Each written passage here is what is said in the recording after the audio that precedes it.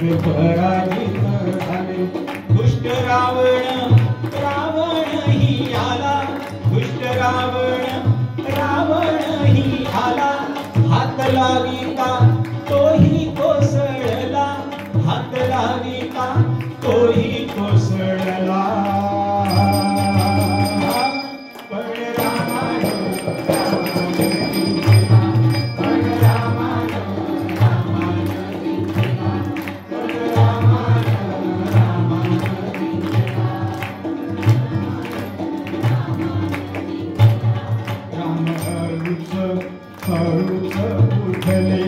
राम हळूच हळूच उठले. हात संध्यांना जोडले, हात संध्यांना जोडले. पाय गुरुचे बनले, पाय गुरुचे बनला. जसा हिरा हा शोभला, जसा हिरा हा शोभला. सारा दरबार चमकला, सारा दरबार चमकला. पण रामानं जिंकला, पण रामानं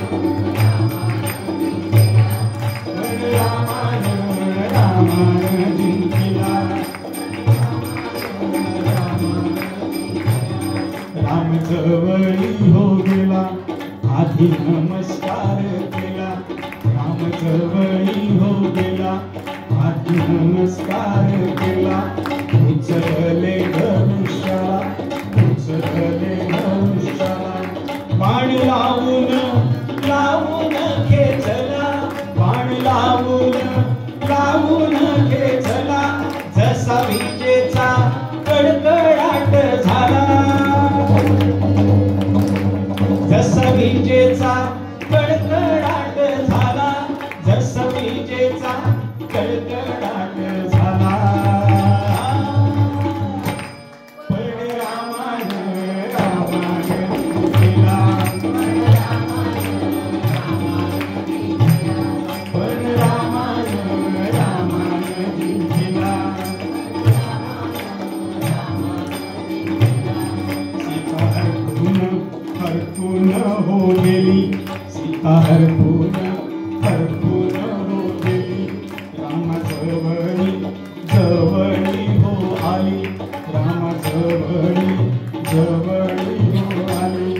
लाज रंगली हो गाली, लाज रंगली हो गाली.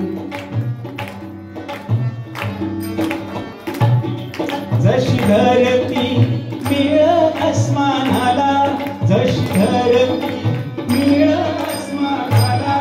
जशी लक्ष्मी विष्णूला, जशी लक्ष्मी विष्णूला, जशी लक्ष्मी विष्णूला. पण रामानं जिंकला, पण रामानं जिंकला.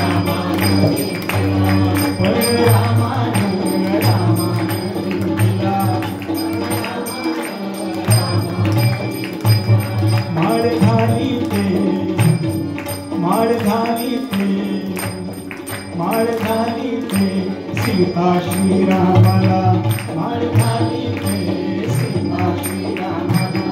पण रामानं जिंकला, पण रामानं जिंकला.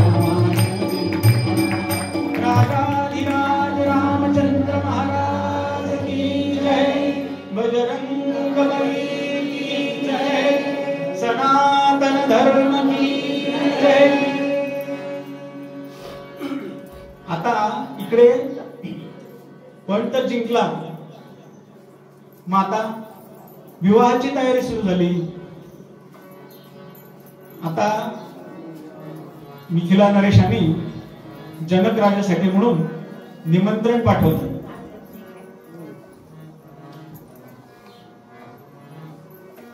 जनक राजांनी दशरथासाठी निमंत्रण पाठवलं की कळवण्यास अत्यंत आनंद होत आहे की तुमचे सुपुत्र प्रभू श्रीराम यांनी हा पण जिंकलेला आहे आणि आता सीतेशी त्यांचा विवाह होणार आहे। याच्यासाठी आपण संपूर्ण अयोध्या नगरीतल्या सगळ्या प्रमुख व्यक्तींसह सहकुटुंब सहपरिवारे विवाहासाठी आमच्याकडे मिथिला नगरीमध्ये सगळ्यांनी अवश्य यायचं आहे। अशा पद्धतीचं निमंत्रण दशरथ राजाला पाठवण्यात आलेलं आहे। आता दशरथ राजाला हे निमंत्रण मिळाल्यानंतर दशरथ राजाला प्रश्न पडला की अरे मी तर माझ्या मुलांना विश्वामित्रांकडे पाठवलं होतं आणि हे मी काय ऐकतोय। मग त्यांनी त्यांना प्रश्न विचारला, म्हणे विश्वामित्र ऋषींनी तर आमच्या मुलांना त्यांच्याकडे बोलवलं होतं शिक्षणासाठी म्हणून आणि आता हे काय। मग त्यांनी सांगितलं विश्वामित्र ऋषीच त्यांना या स्वयंवरासाठी घेऊन गेले होते आणि त्याच्यानंतर हे स्वयंवर झालेलं आहे आणि धनुष्य जे आहे ते प्रभू रामचंद्रांनी अक्षरशः ते शिवधनुष्य मोडलेलं आहे। आता ते शिवधनुष्य मोडल्यामुळे पुढे काय काय झालेले ही कथा मी आता सांगत नाही, कारण ती परशुरामाची एक परत मोठी कथा आहे। की परशुराम अतिशय क्रोधित झाला होता ज्या वेळेला त्याला कळलंय की शिवधनुष्य कोणीतरी मोडलेलं आहे, माझ्या शंकराचं कोणीतरी धनुष्य मोडलेलं आहे। तर ती एक वेगळी कथा आहे, पण आज आपल्याला आता स्वयंवर साजरा करायचा आहे। त्याच्यामुळे राजाच्या निमंत्रणाप्रमाणे अयोध्या नगरीतले राजा दशरथ त्याच्या तिन्ही राण्यांसह नाही हो, त्या 360 राण्यांसह सगळ्यांसह सहकुटुंब सहपरिवारे मिथिला नगरीत निघालेले आहे आणि या ठिकाणी त्यांचं अतिशय जोरदार स्वागत करण्यात आलेलं आहे। सगळे सनई चौघडे सगळीकडे वाजता आहेत। सगळ्या मिथिला नगरीमध्ये अतिशय आनंद असा साजरा होत आहे आणि ठरल्याप्रमाणे आता त्यांच्या विवाहाचा आता सोहळा जो आहे आता याच्यानंतर आपल्या इथे आपण साजरा करणार आहोत।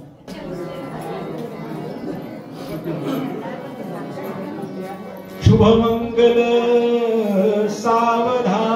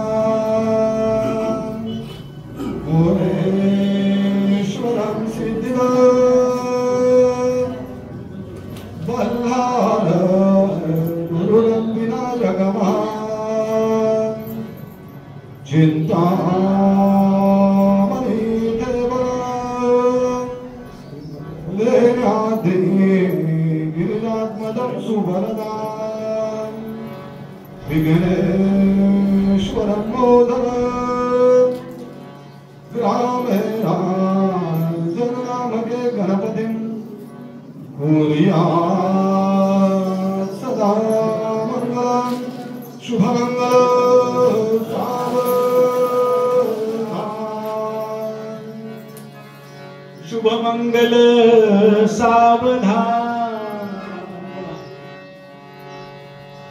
शुभमंगल सावधान सावधान आधी वंदन हे तुम्हा शिवसुता मंगल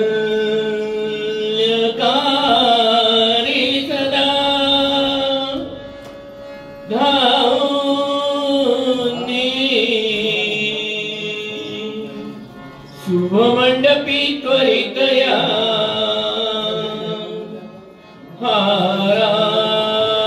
हारावया आपला वीणा वाद्य करगीच्या विलसते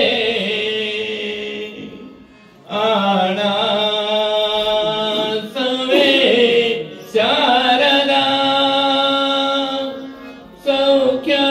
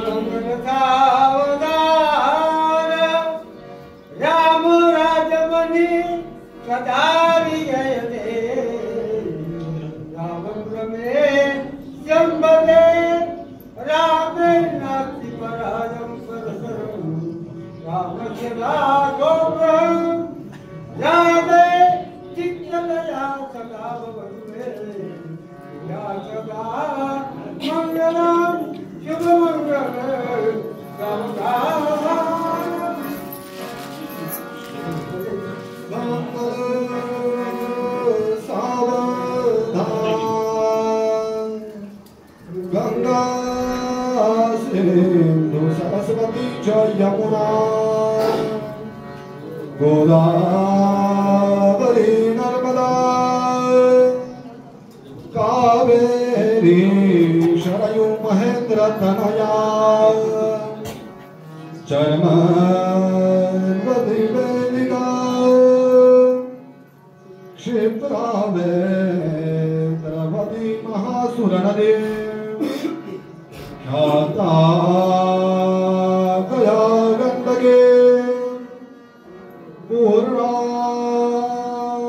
पूर्ण जय समुद्र सहिता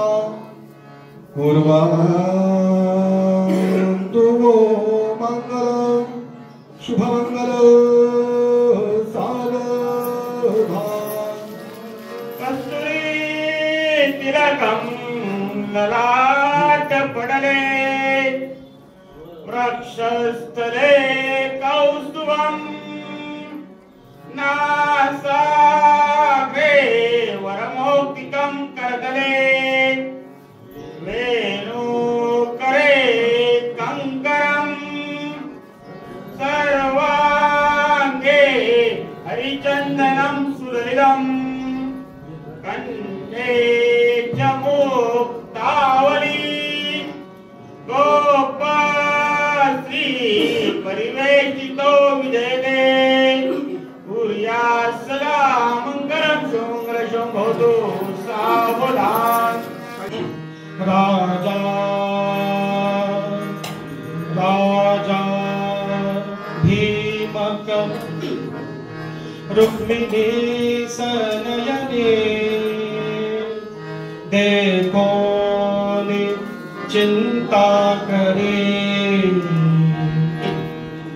ही कन्या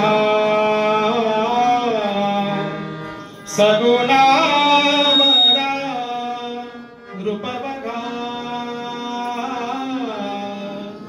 कोण्या सेव्या देई जय आता एक विचार कृष्ण नवरा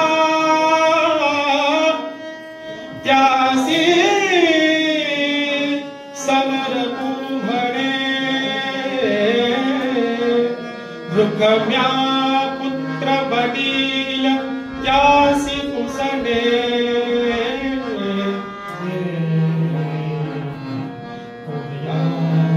सदा मंगलम शुभमंगल सावधान शुभमंगल सावधान श्री रामा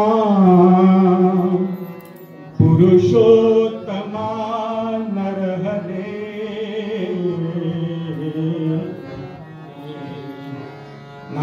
नारायणा केशवा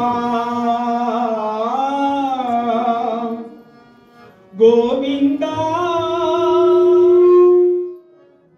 गरुडध्वजा गुणनिधे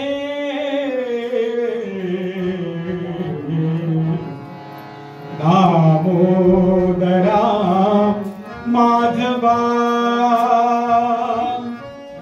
हे कृष्णा कमलापते यदुपते सीतापते श्रीपते वैकुंठाधिपते चराचरपते वैकुंठाधिपते चराचरपते लक्ष्मीपते माहि मां शुभमंगल सावधान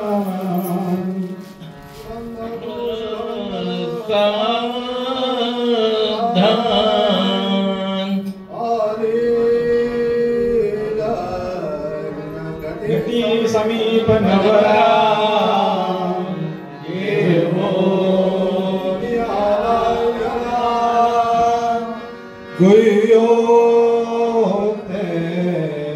मधुपर्ग पूजन करा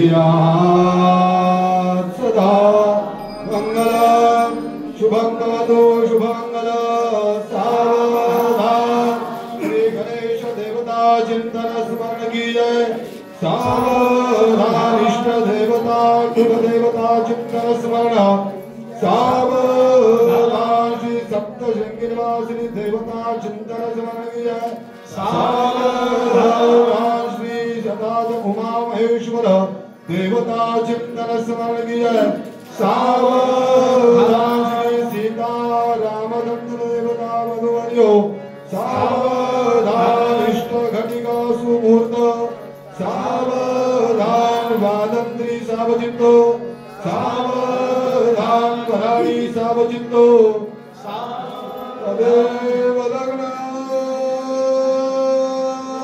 सुधीरंत देव ताराबलं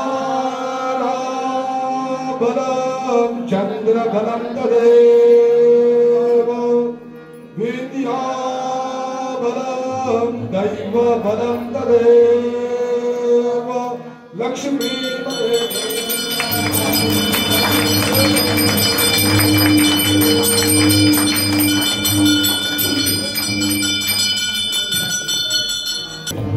आता राम सगळ्यांवर प्रसन्न झालेले आहे.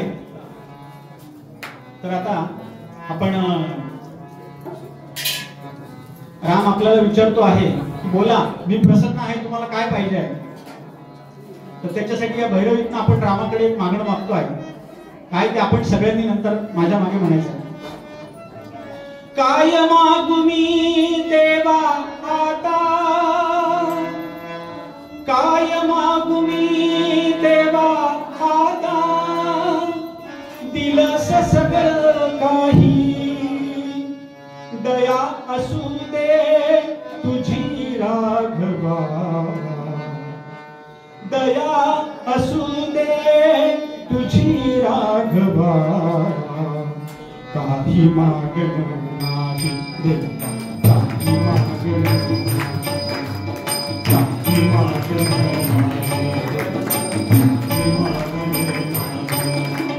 काय मागू मी देवा आता, दिलंस सगळं काही, काय मागू मी देवा आता, दिलंस सगळं काही, दया असू दे तुझी राघवा, दया असू दे तुझी राघवा, काही मागणं नाही, काही मागणं नाही.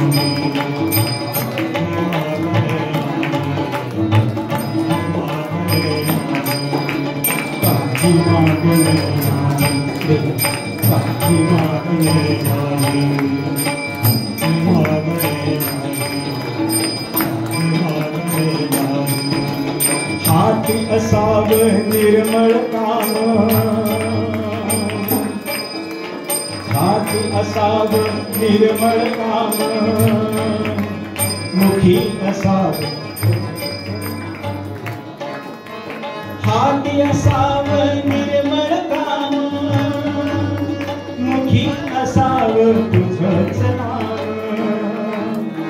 हाती असावं निर्मळ काम, मुखी असावं तुझंच नाव, कामामध्ये राम सावा, कामामध्ये राम सावा, आईक सीता माई, आईक सीता माई, दया असू दे तुझी राघवा, दया असू दे तुझी राघवा, काही मागणं नाही,